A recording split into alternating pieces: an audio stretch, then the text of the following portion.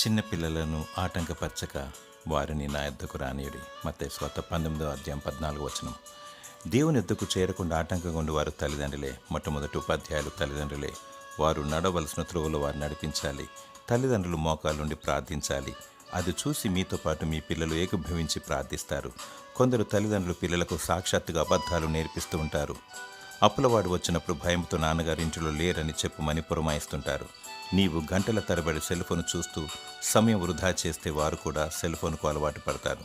బూతులాడితే వారు నేర్చుకుంటారు. నీవు సిగరెట్ త్రాగితే అది వారు ప్రాక్టీస్ చేస్తారు. పిల్లలు దేవుని ప్రతిరూపాలు. పసిపిల్లలను పాడు చేయకండి.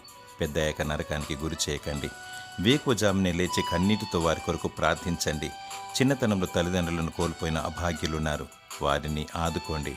వారి కొరకు ప్రార్థించండి. నీ బిడ్డల రక్షణ కొరకు, భద్రత కొరకు, చదువుల కొరకు మరియు ఆత్మీయ జీవితం కొరకు ప్రార్థించండి.